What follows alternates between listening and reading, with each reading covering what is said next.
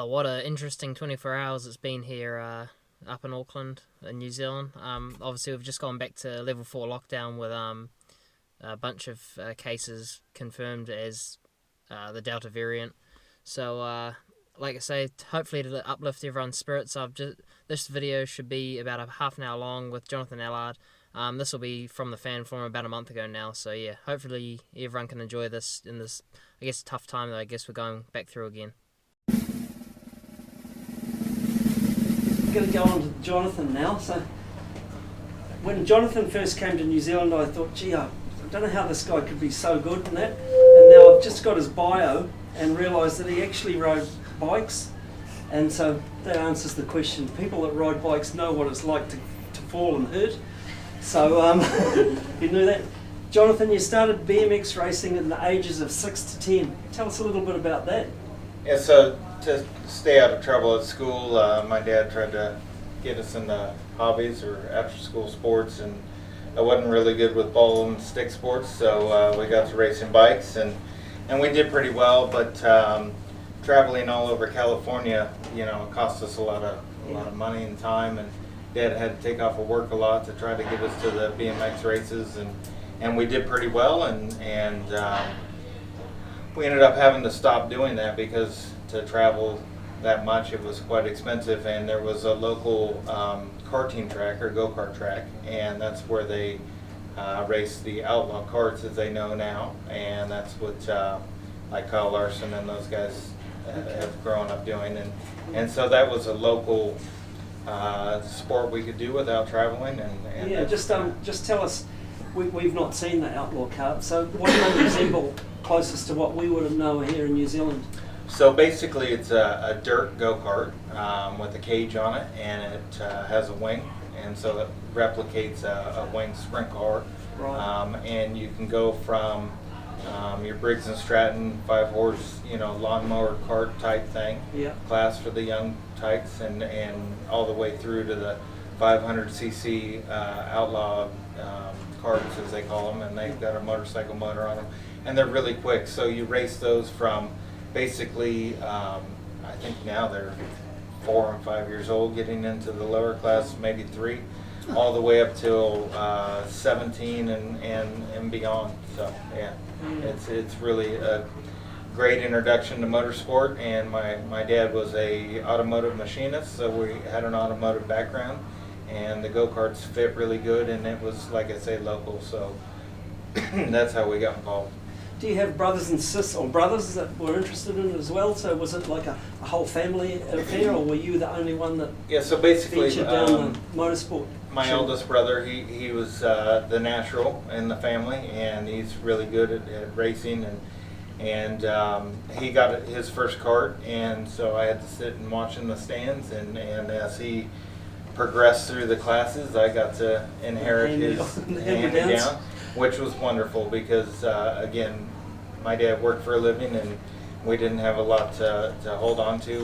We had to basically earn the right to race, and basically how that worked is as long as we did our schooling well enough and kept our grades up, we were allowed to run for the weekend. And I remember trying to test that a few times, but Dad held to his guns. But we learned how to work on the things and wash them and maintain them and work on the motors, and it was a really good childhood to learn how all these things that you use and utilize later in life, and it was a great tool to grow up. But the outlaw kart ranks, they race really well, and they don't have suspension, so they're really low to the ground, and they're really powerful for what they are. Yep. So you learn a lot of good techniques, and I was fortunate enough as my brother grew and he went on to race a sprint car. I got to crew for him for a while on Saturdays, so I'd race Fridays in the go-karts, and then Saturdays was helping him, and got to learn a lot. And as soon as he again progressed and got a ride, I was able to fulfill that dream and get in a sprint car, and that's how that worked. Yeah, you did that at 17, but in the karting thing you mentioned a couple of names there, Kyle Larson for one. I presume Rico Abreu was another guy that was doing them at that stage. But what other names that we might recognise here in New Zealand went from the karting, outlaw karting, to World of Outlaws or Sprint Car? Well, you've got a lot of guys. Roger Crockett, I don't know if you guys... Yeah, I've heard of him, yeah. Maybe him. Casey Kane, he ran the Outlaw karts. Myself, my brother. There's been a couple of guys that have gone into NASCAR, a couple of guys that, you know, through the pavement ranks, but there's so many that have, because now it's spread across the country, and like Wayne's seen, he's brought one down here, but it's gone to Australia, and there's quite a few guys, the Madsons, they've ran them. Okay.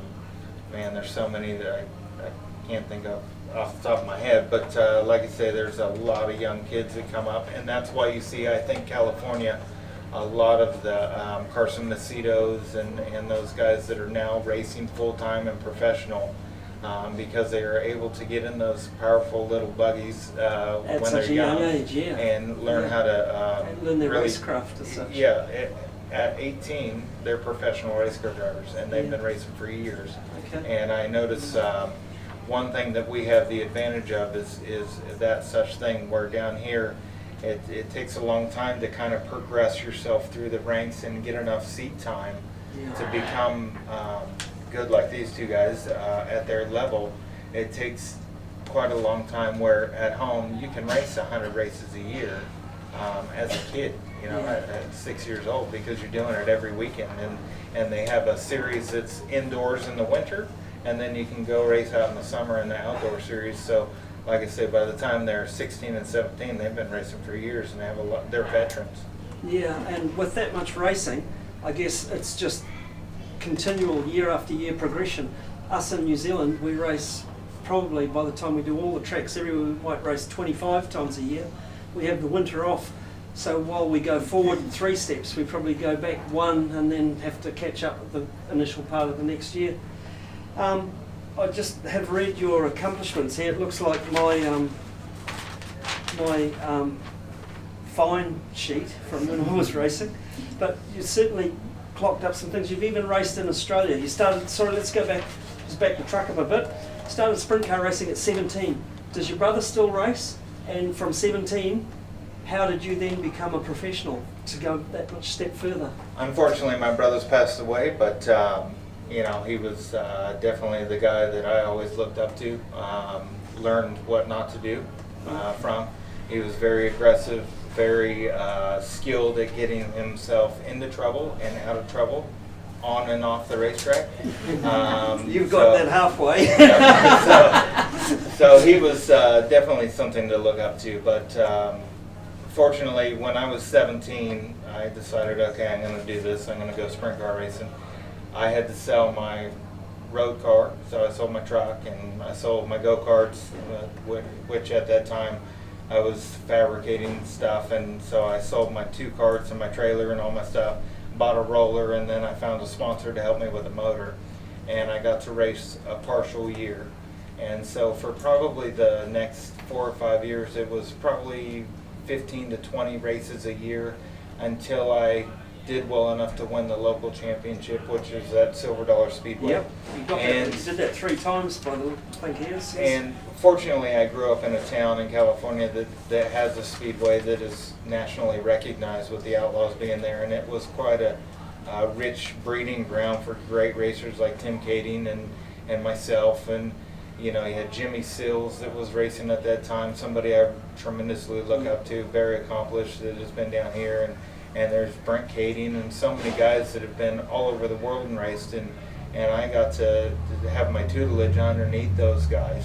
And basically they put their thumb on me a lot and told me don't do that again. But I was basically able to run at that level early, and then that progressed to getting my first ride and kind of touring California, and did that for quite a while.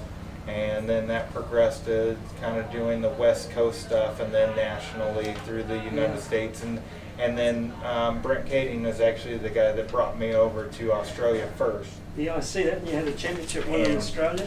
And then I got to run over there for a bit, and we went to Brisbane, and then I was fortunate enough, I got to run the Outlaw Tour to start with one of the years, and got hurt and had to sit on the sidelines for a while. I crashed pretty bad it bruised my retina, so I had to sit out for a while, and ended up landing in the best ride I had for a long time, and that was with a zero car, Maury Williams, and that's why I still run the zero to this day at certain times when I'm in my own car. Out of respect for him, I raced for him for about 9 years. Sorry to interrupt, but Yep. we've had guys that have worked in the World of Outlaws. I know Tim Clark worked with the World of Outlaws for some time, but just tell us how tough it is, the World of Outlaws. They travel all across America, and they don't just start on the West Coast and go racetrack by racetrack by racetrack, do they? They're there. They're the East Coast. They're in the centre. They're all over the place. How difficult is it to live that life? Just explain like what a week of racing where you're going to race maybe 5 times in the week. What that's like. Oh, I would say it's a dream, growing up. Oh, yeah, okay. You look at the World Outlaws and you think that's what I want to be. That's it. Yeah, it's that's just the like top. being a musician or whatever on Yeah. the road, and that's what I want to be. It's your dream, and when you get to be there, and unfortunately I was probably not ready for it. Yeah. At that level and that experience in my career at that point, we weren't correctly funded to do that, so I wasn't one of the fly in, fly out guys or stay in the nice places. I was sleeping in the back of the rig, but that's how I got to do it, and I loved every minute of it. When you're doing well, it's a dream, and it really is. You get to go experience all these new tracks, and you race your butt off, and you leave the track and you go to the car wash, and it's everything you want to do, and you're there till 2 in the morning, load the car up, go to the hotel, and then you drive for 8 hours the next day and get to the track and unload. Do the same so thing. It's quite grueling, but when it's not going right, it's the worst thing you can do. It's really grueling, and we had quite a few of those streaks where it didn't go well, but we did have some streaks where it went really well. Yeah. Tell us, you came to New Zealand. Oh, first of all, we've got a good friend here. There's the Peter Murphy Classic, which you won in 2014. Now, Peter was Australian, or New Zealand or Australian, something like that. He's something, but he's just such the nicest guy. And I remember interviewing him not long after he'd had his crash. He came back to New Zealand, and honestly, it would be one of the best interviews that I've ever done. I'm not particularly good at it, but I was just about in tears listening to his story, and you could have heard a pin drop in the stadium. Tell me, how did you get to know Peter Murphy, and how did you? I know you've got such a strong bond with him now. Yeah. How did that come about? So racing in California and growing up, there's on the West Coast, there's a certain amount of rides for guys that want to try to do it professionally. And Pete was one of those guys. And so we would always compete against each other, number one.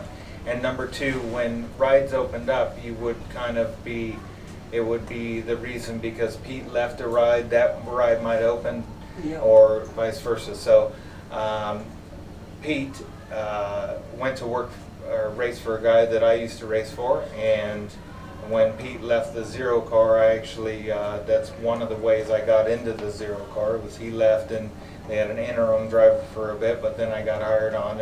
And so Pete and I shared a lot of things together about the life that you grow up doing and doing it professionally, and how to try to market yourself and do the business end of it, as well as staying focused on the racing part of it. And that's quite a thing you have to learn. It's quite a different set of skills, and it's very essential in the form of motorsport. So to communicate with somebody that's done it before, you learn a lot off each other, and it's quite a tight-knit group. It's like Kyle Hurst or Tim Kading or myself and Peter Murphy, and you've got quite a good little group. Even though you're competing and you want to fight each other at times, or wrestle on the ground, or fight for the win, or celebrate each other, it's a good family, and you have to actually learn and bounce ideas off of each other. So with Pete, that's one thing I got to do, and Pete's so friendly and so honest. He traveled all over the country, and he had raced for the team I raced for, and dealt with my crew chief, and I learned a lot on how to deal with my Australian crew chief at that time, because they're quite different. They are. Some people sort of liken them to But, Yes, you know. yeah, but so I learned a lot off Pete, and I still continue to learn a lot off Pete, and he's one of my best friends, and to now be tied up with the Daltons and have him have such a relationship with the Daltons, it's probably the only reason I'm with the Daltons is because of Peter Murphy, and he's such a great guy, and I'm still continuing to learn off of him.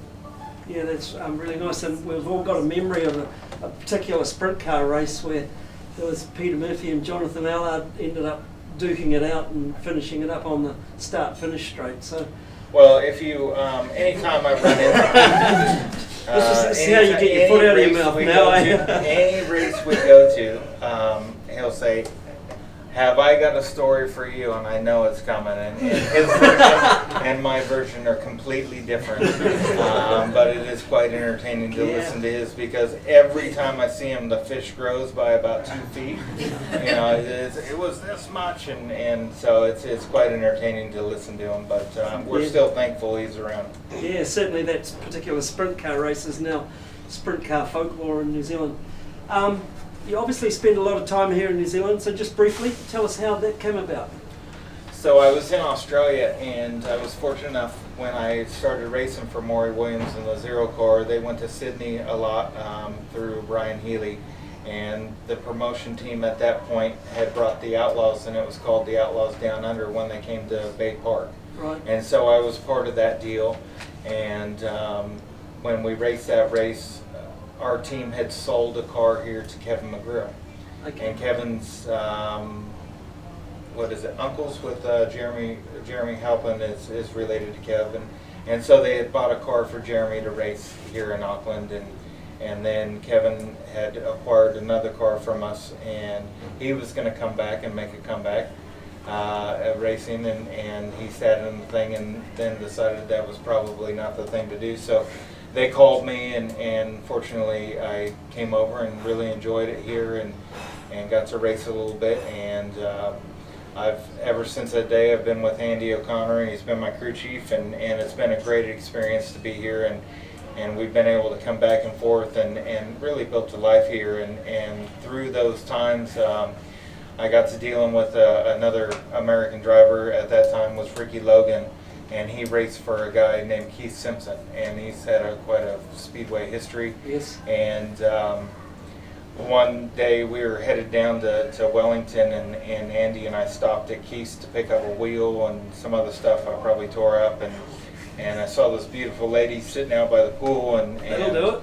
it. Andy got out of the truck, and little did I know he was going over to pet the dog, and I was trying to race him over to say hi to Lonnie, which is now my wife. But he's Keith's daughter, and so we met and started dating, and that's how it's worked out. We kind of went back and forth through the years, and during the summer at home when I'm racing, she was able to come over for a bit, and back and forth, and now pretty much since lockdown I've been here full time, and unfortunately I got a lot of opportunity at home to go race, but I can't get back in because of MIQ, it's booked up. But yeah, she's the reason I'm here, and this is where my life is, and it's been wonderful. Yeah, that's fantastic. Just on aside, another romance story that ended up in New Zealand and American was Sleepy Tripp married a New Zealand girl, and now she resides out of America, so it went the other way. Yeah, I'm trying to get her to go over there, but she's having none of it. Okay, yeah, I don't blame her at this COVID stage. Guys, look, thank you very much. What I'm going to do now is just throw the floor open and get people to just ask questions about anything. Just quickly, I just Yeah, want to sure. say, both of you guys, I respect you guys a lot, and it's really nice to see Brad with Wayne, because the pressure of, I think, with the last few rides, you know, with Bill being the promoter and his dad having to run the show, and Brad says it doesn't affect him, and that stuff, but to have to listen to that chatter all the time, it can weigh on you, and to have the opportunity come up with a C-mount deal, and I've been there, you think this is it, this is the best thing I've been involved with. I've been there with a 3C car, and you think the car owner's the man, and they've got all the money to do it, but it doesn't work. It doesn't connect. No. It's nice to see him in an element that Wayne lets him be himself, Yeah. and you can see Brad improve himself and how happy he is, and you can tell by the racing. It's really nice to see. And with Pete, it's neat to see him progress with the shocks. He helps us, and just his engineering mind. It's really, you can tell by the quality of his car and what he's doing on the racetrack, and the competitiveness in both cars. I don't know how he does it. I can barely do one car one night, Yeah. but to do two cars, it's pretty neat. I tried to do it with the midget and the sprint car one time and got confused of what car I was in. Yeah. So I tried to smash the wall down with both cars so I could try. But it's neat to see, and I really respect both of them, and it's great to have them up here. Yeah, and what's an interesting side also is that when Brad raced in America, Peter crewed for Brad in America. So these are the three musketeers as such. So Yeah. obviously a long association and good friendships. How much of your mind does it consume through a season? Well, myself, I've been consumed by racing since I got in a go-kart, but I think the mindset, you try to go on vacations. I think I've had probably 2 or 3 vacations in my life that don't concern racing. People, like you say, reach their potential, and if I'm not racing, I have a hard time going to the races, but I like to know what's going on, so it consumes me quite a bit, and really thinking about whether it's the technical aspects or the promotional aspects, or just like any CEO of a brand, it consumes you wholly. So that's what I think we all are CEOs in our own way of our own brand and what we have to do. So if you're not really that passionate about it, you probably won't last too long. How much different is racing in the States to here? Is it due to obviously the money and the following that's over in the States? How much different is it? I don't think it's really the money. You look at the quality of the cars here, even in the midgets. I mean, you walk around the pit area, and yes, you'll have some of the class division, whether the top tier guys compared to the guys just starting, but it's not equipment wise. I mean, you look at in the sprint car division, the McDonald's and some of those guys, Pickens, they spend the money it takes, and they've got new gear. I think what makes the guys at home in the U.S. probably faster is time, seat time. We're able to, even if you're a weekend racer, you're able to run probably 50 races a year. Myself, at the peak of my career, I was running 100 races a year.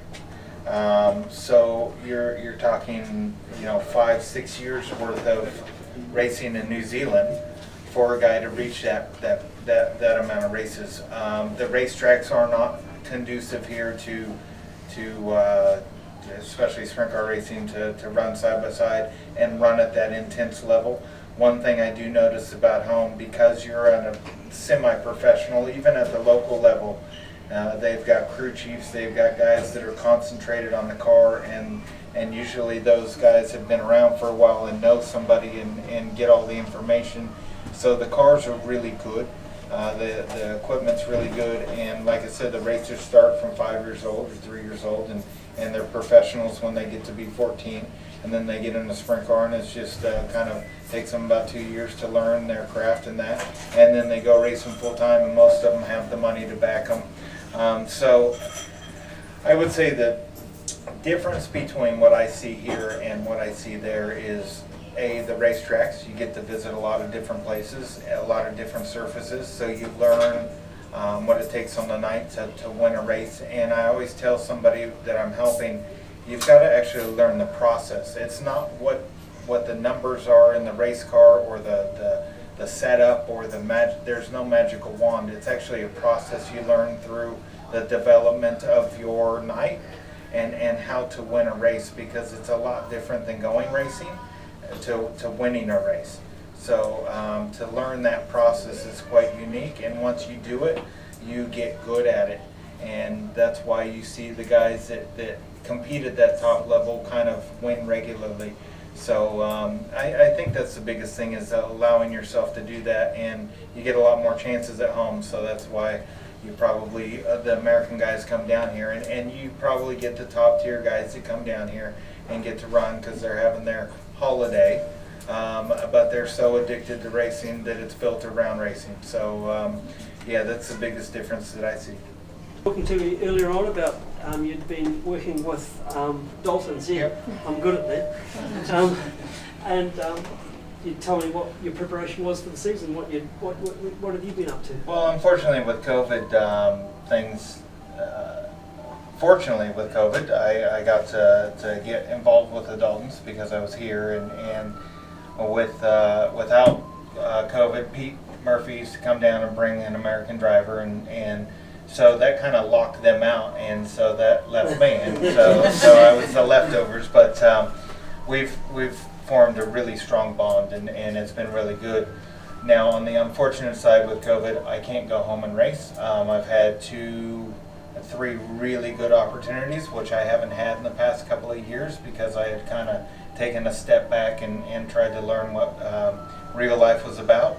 And that didn't work out for me, so I'm going back racing. No, it's the reality of what real life's about isn't what I've been about. So, you know, not being able to go home and race because I could leave tomorrow and go run. It's just getting back in with MIQ, and so what I've been doing is I've gone down and restored Peter Murphy's 1NZ car. Wow. Taken all the parts off of it, cleaned it up, and replicated exactly what he had on that night.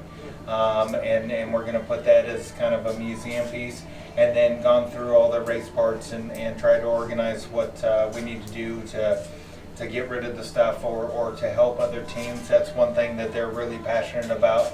Some guys that maybe don't have all the right gear, sponsoring them and trying to get some of the stuff used instead of just sitting. So I'm fortunate enough to be able to be involved in that and help mentor some of the people and get involved with different teams. But sorry, Jonathan, just to interrupt that. Jonathan was instrumental in getting Michael Pickens going in the sprint car initially. I think you loaned him a frame, was it? Or yeah, we had a spare car, so and Michael kept hounding me and hounding me and as he does, yeah. And finally, I told him to get a motor and put it in the car. And fortunately, at that time, Kevin McGrill owned everything, and he was kind enough to let it happen. Yeah. I mean, wasn't really any skin off my back. I didn't know anything at the time, and I just wanted to help facilitate to try to grow the sport. And that's what I'm really trying to focus on these days, is not only my own success and trying to keep up, but really try to grow the sport as a whole, whether it's through Speedway New Zealand, trying to get them straightened out to make good decisions, or whether it's trying to help the promoters, or you know, we really need to try to make sure that the fans get to understand what's happening, and maybe more of the personalities on the track and off the track, and that's, you guys, Nick and yourself, do a great job at that. But you asked about some people that influenced my life, but I want to talk about the help and the people that have helped me through my career. I've been fortunate enough to be involved with teams that have professionals that work on the race cars full time, but the guys that are down here, like Andy O'Connor over there, I've been involved with him since the start. They work full-time jobs. And to have them give up their nights and weekends and really to perpetuate what I get to do. And you know, I get snappy at times and really? Hard to deal with. Find that you know, not. And Carl Crusher here, he's helped, and there's so many people. Evan Griffin puts on so much on the effort of keeping track of things and helping me do certain things, but Andy and the whole team back me no matter what, and I think that's why we've had this success that I've had down here. It's not just because of the ability level, but it's the ability to lean on guys that do a really good job, and I'm fortunate to be in that spot. So yeah, those guys are real special to me. Yeah, well, when Michael Pickens was here a few weeks ago, I think a guy called Percy had done a whole lot of stats for him and said you're on, I don't know how many wins are you on? 190, yeah. 190. Well, I do have the stats for these guys. Yeah, so he was on 190 feature wins and wants to make 200, obviously. I just wonder if any of these guys are check your stats, and if you know this year I'm going to win my 50th feature or my first feature or what it might be. Jonathan Allard is on, I got it here, in just New Zealand features alone, 58 New Zealand features. So it'd be great to make those couple of milestones here. Yeah, we've had like I said, really blessed to be with a good team, and 58 features. You know, the first few years we didn't race full time here. We only raced a few The international series, international series, and we were out. But it shows you what Andy and the guys have done for me. But and the quality cars have been around. But very fortunate through my whole career to be with good teams, and it adds up.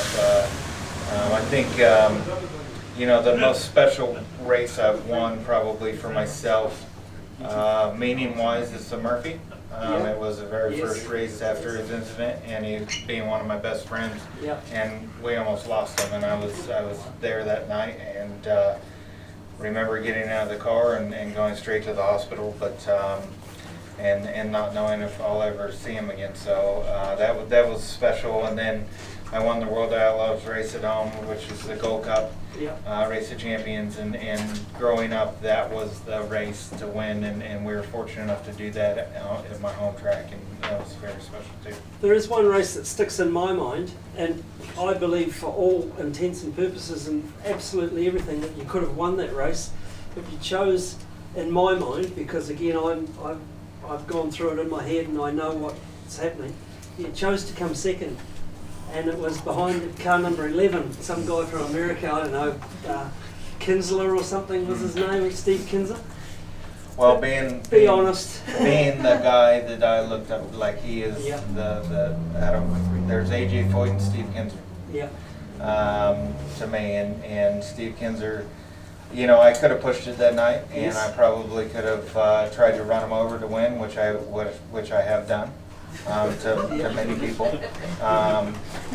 and to just pay as an observer on the night, you were very capable of that because your closing speed, etc., etc., was.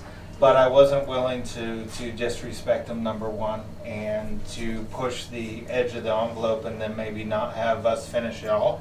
But to see him win that feature was pretty special to me, and to know that I got to finish with him instead of finishing on top of him probably was real special to me. And so, you know, that's some of the things that as you progress through your career and you get maybe in the, not twilight, but the twilight of your career, you learn how to win. And it's sometimes not winning is about not that important, is it? Right. It's learning, or it's how you win, not just winning itself. So that was pretty special. Oh, fantastic.